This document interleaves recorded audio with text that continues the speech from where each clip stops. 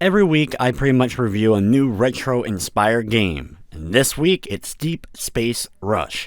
But should you be rushing to buy this one, or should you keep a lot of space between you and this game?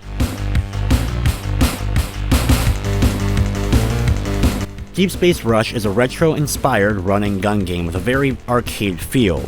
You're playing as a member of the security force known as D-Team, and you're sent in to contaminated space stations to deal with a virus. The space stations are now crawling with infected people, and you'll have to deal with a variety of different zombie-like creatures, some of which can explode, either causing goo to go everywhere to slow you down, or cause a giant explosion taking out large chunks of the ship that you'll then have to platform around or get sucked into the void of space. This is one of those randomly generated games, so each time you go in, it is a little bit different. There's enough variety in the setups with the traps, enemy types, and it changing up as you make it farther down the corridors to make it feel a bit unique each one of the playthroughs. And while it won't take too long for the game to start to get a bit repetitive, the repetitiveness didn't kick in quite as quickly as some other titles with a similar premise.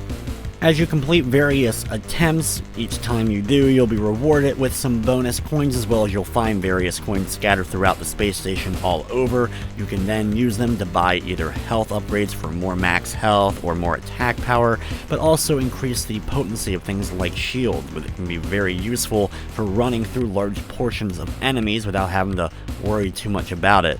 There's also a decent amount of weaponry. When you first buy a weapon, it then starts to appear randomly on the maps. They do have limited ammo, but as you upgrade them, they get more ammo to be a bit more efficient.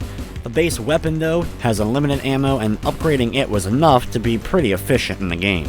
Unfortunately, though, even though the game plays fine, it does start to get repetitive way too quickly. Even after just a half hour or so, I had most of the upgrades I wanted and was blasting through hallways with careless abandon. The game could have definitely benefited from a few different types of space stations backgrounds and like maybe a few extra modes or some epic boss encounters to really bring the experience home and make it worth checking out. From the technical side of things, thankfully there was no problems as far as glitching or crashing of any sort. Deep Space Rush is available on the PlayStation 4 for $4.99. It does feature a Platinum trophy. It's a very easy one to get. The game is also available on the PlayStation Vita. It is cross-buy with the PS4 version, as well as it's out on the Nintendo Switch, Xbox One, and PC. Overall, Deep Space Rush is an okay little retro experience. It's not going to break your bank. The gameplay is perfectly fine, but honestly, it's just uninspired at this point. It's the kind of game that's fun for a short burst or two, but not much more than that. With everything said, I'm going to be giving Deep Space Rush on the PS4 a 6 out of 10. That's going to wrap up this review though. I'd like to thank you for watching, and of course, I hope you enjoyed.